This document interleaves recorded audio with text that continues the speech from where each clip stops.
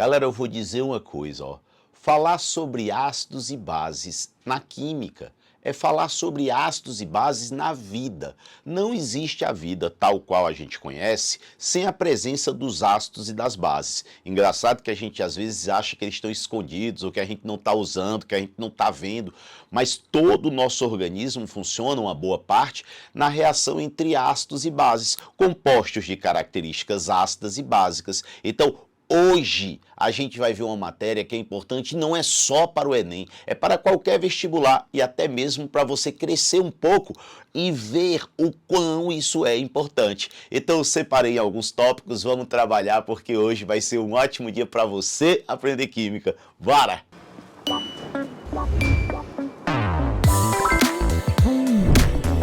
Olha só.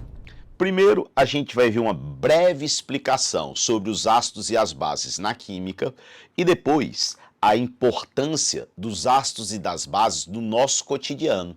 Eu vou começar lembrando a vocês que quando a gente pensa em ácidos e bases, nós temos três conceitos clássicos.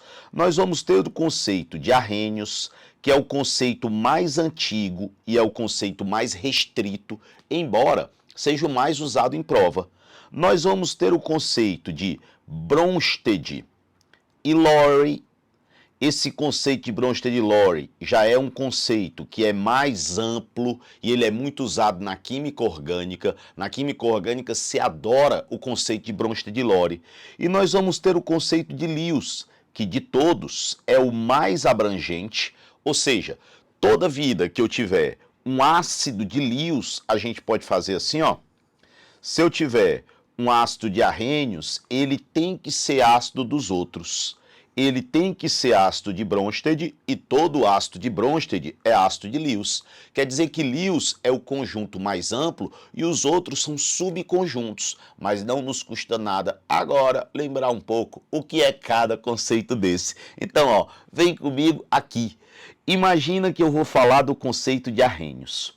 Quando a gente fala do conceito de arrênios, a gente vai ter que ácido é aquela substância que libera H+.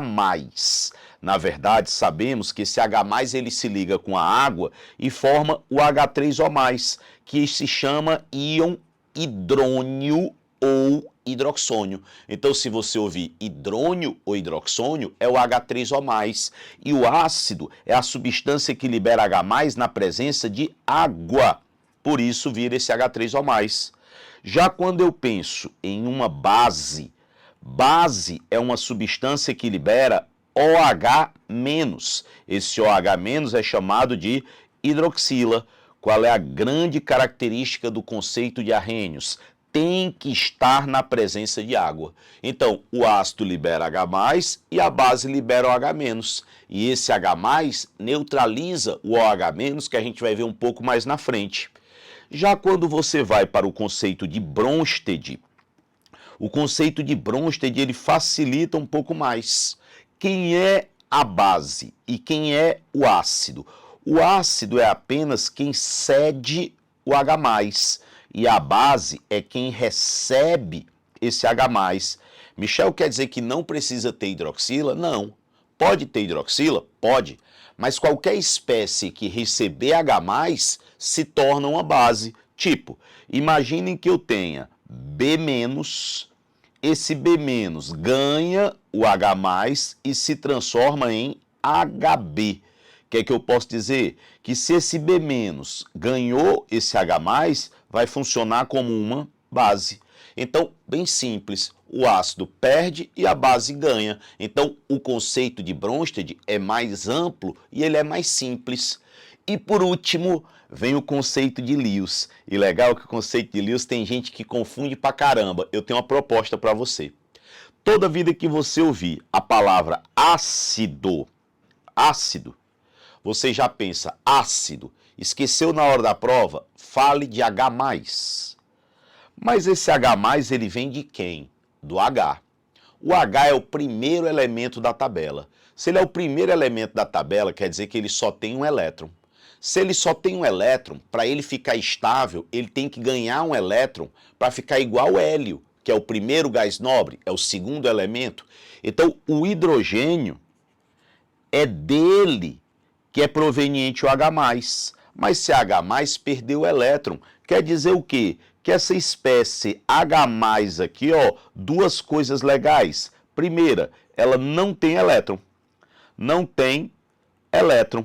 E se não tem elétron, se ela vem do hidrogênio, que é um próton e um elétron, e ela não tem esse elétron, eu posso dizer que, na verdade, esse H+ ele é apenas um próton.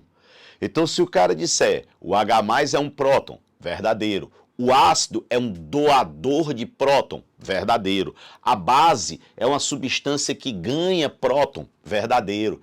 O ácido ele se desprotona, a base é protonada. Vejam que nomes bonitos, que nomes sofisticados e que vocês vão aprendendo fácil.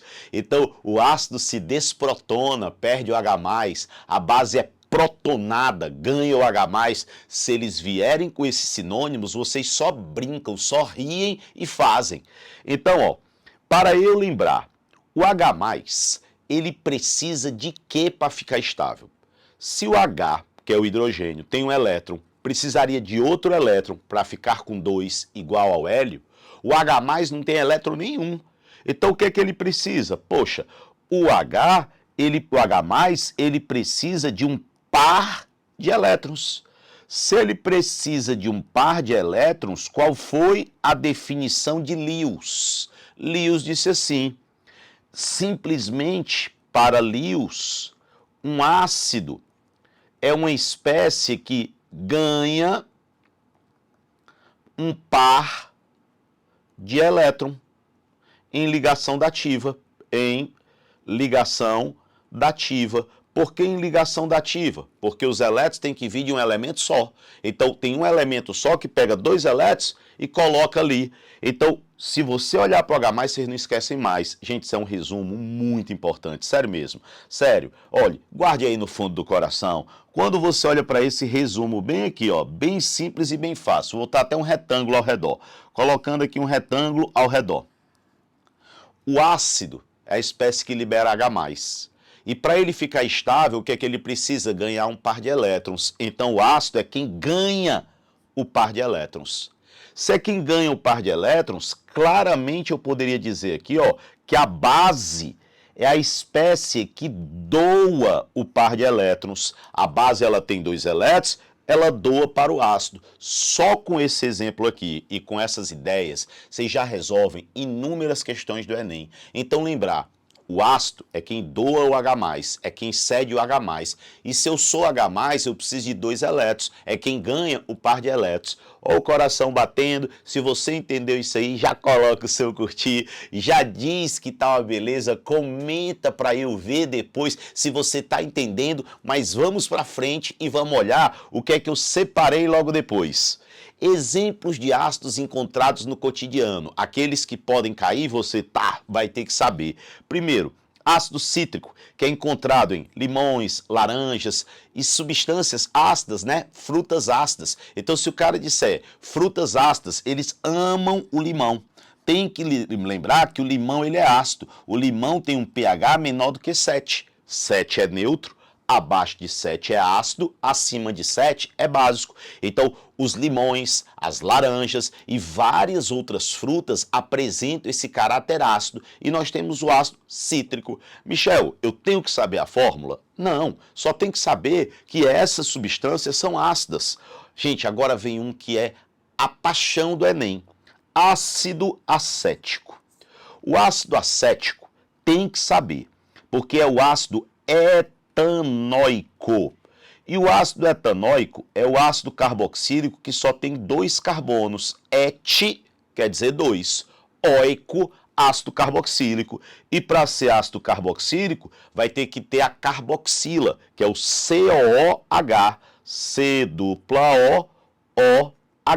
A gente vai já voltar. Por enquanto eu quero só apresentar. E por que que falam tanto? Porque esse ácido, ele é um ácido fraco e ele está contido no vinagre. É ele que dá o cheiro do vinagre. Então, quando eles dizem uma substância ácida, caseira, que tem um cheiro característico, gente, normalmente ele vai estar se referindo ao vinagre. Várias vezes eles colocam isso. Aí lembrem, o vinagre é uma solução de ácido acético. Quer dizer que tem o ácido acético dentro de outras coisas.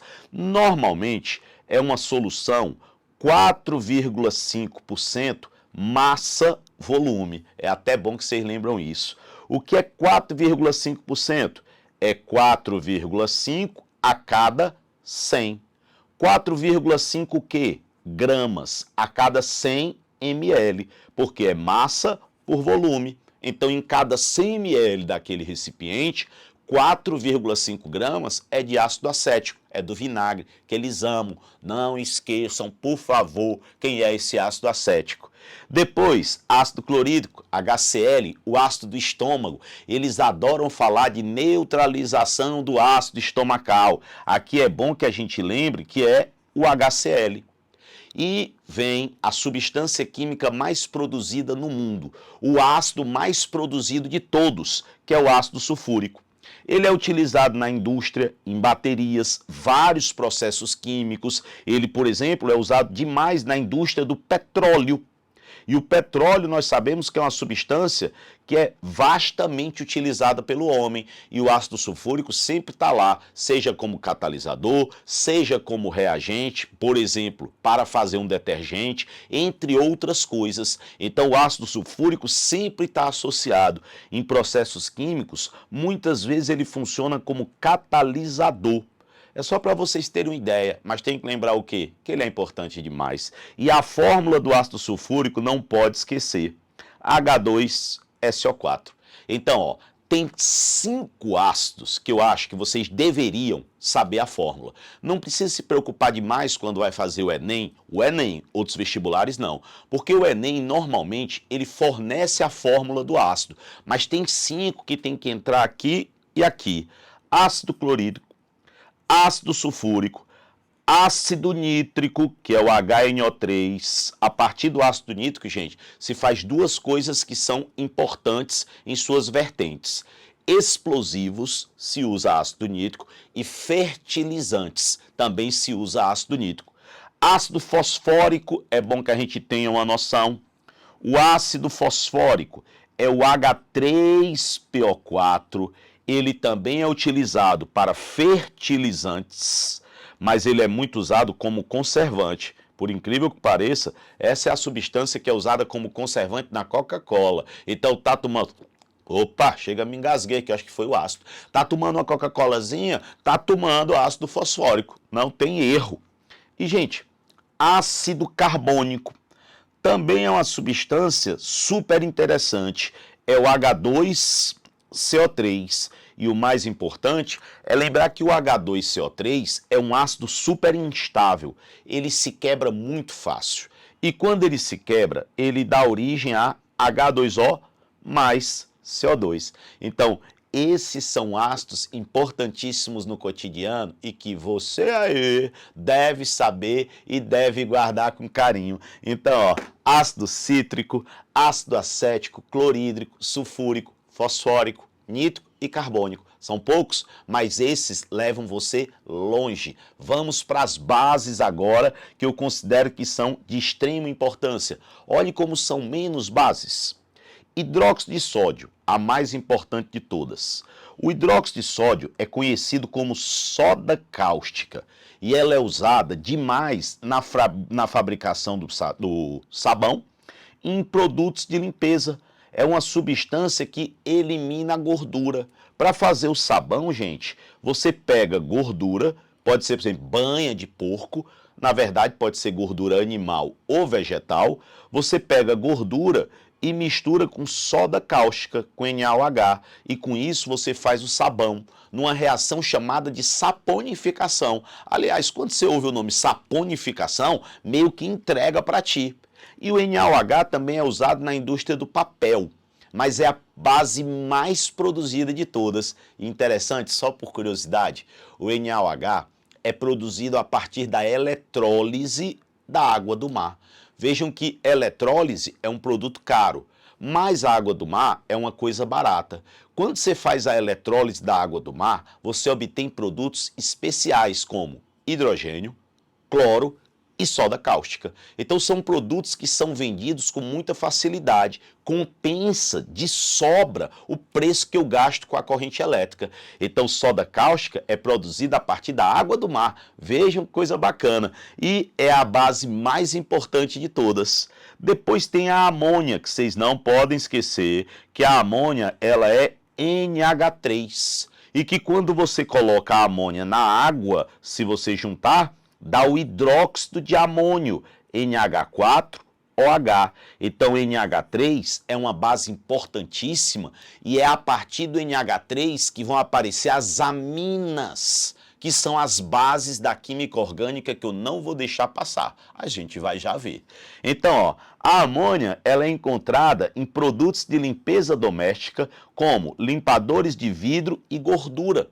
A amônia também é uma base e é uma base volátil, então vai embora logo. Se você quiser limpar um vidro, limpar gordura, porque o vidro às vezes está engordurado, você pode usar a amônia. O ruim é porque ela tem um cheiro muito forte, né? Ela era muito usada também em pintura de cabelo, tintura, e você percebia logo quando tinha amoníaco ali pelo meio, além de ser super agressivo.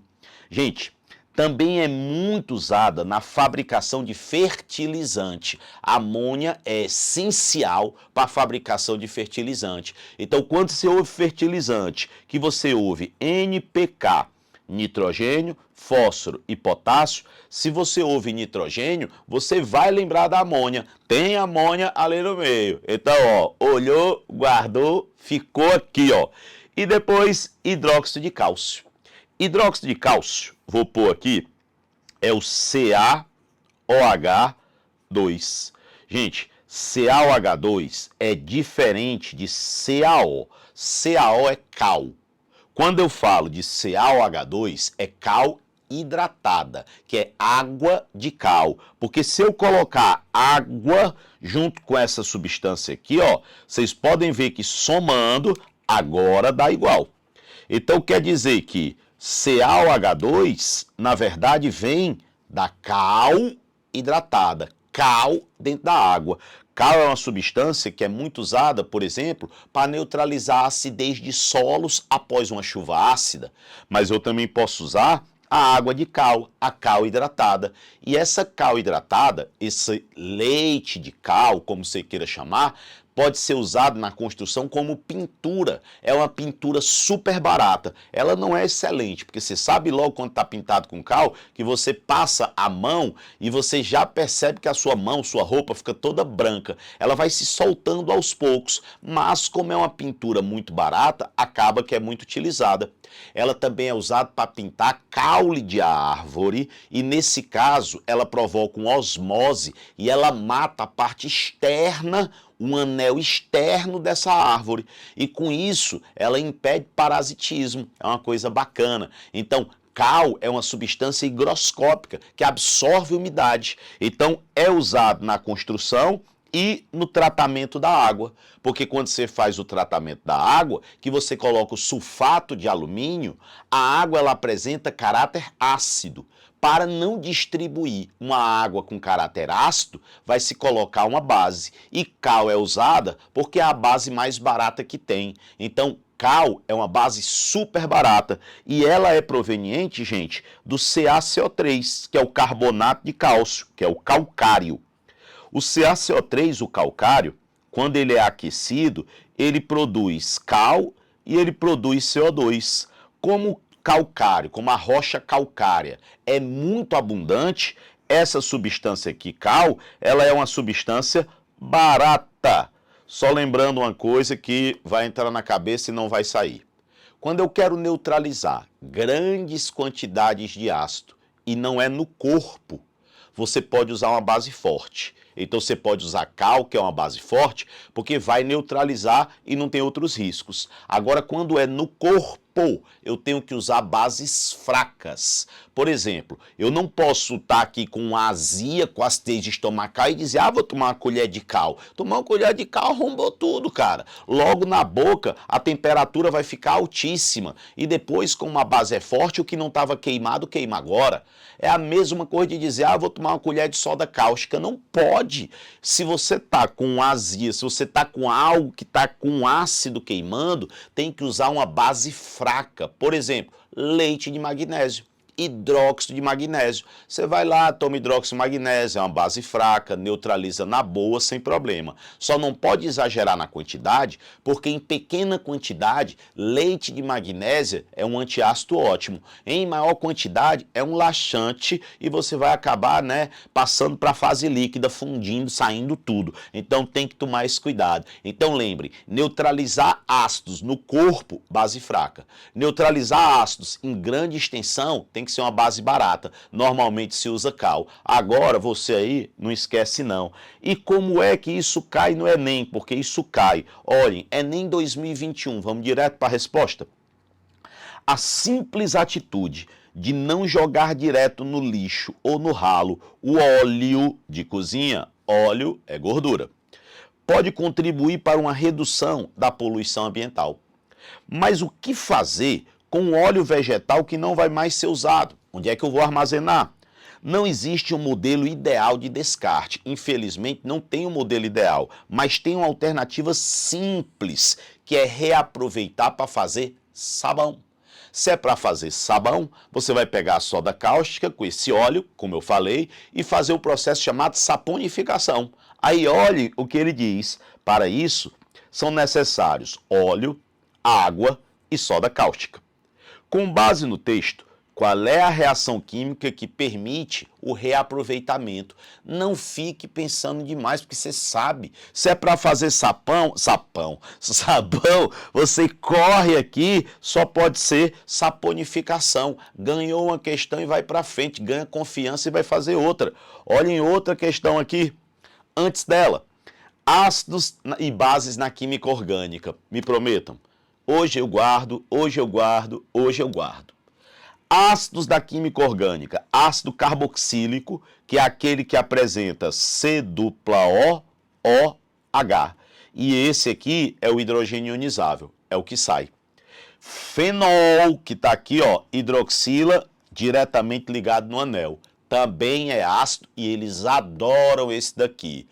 E o enol, que é mais raro, que é quando eu tenho hidroxila ligada a um carbono que tem dupla, eles também gostam muito. Então, ácido carboxílico, fenol e enol são os principais ácidos da química orgânica. Também tem o ácido sulfônico, mas é menos importante. Saibam esses, principalmente os dois primeiros, orgânica, ácido carboxílico e fenol. Eu até deixei em destaque porque eu falei bases. Porque quando você fala bases na química orgânica, só uma, amina.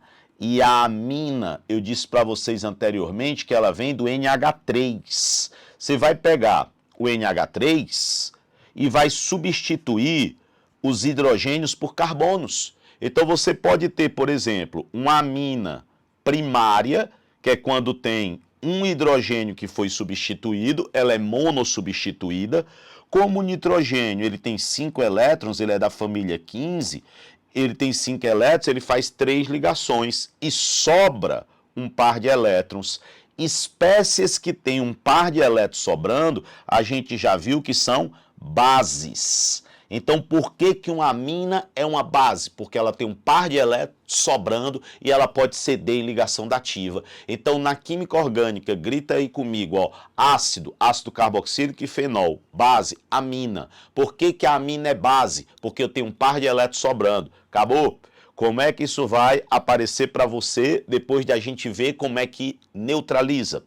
Explicação do processo de neutralização e aplicações práticas. Aplicações práticas a gente já viu. Neutralizar um solo ácido, neutralizar a acidez estomacal, mas o que é que vocês precisam lembrar?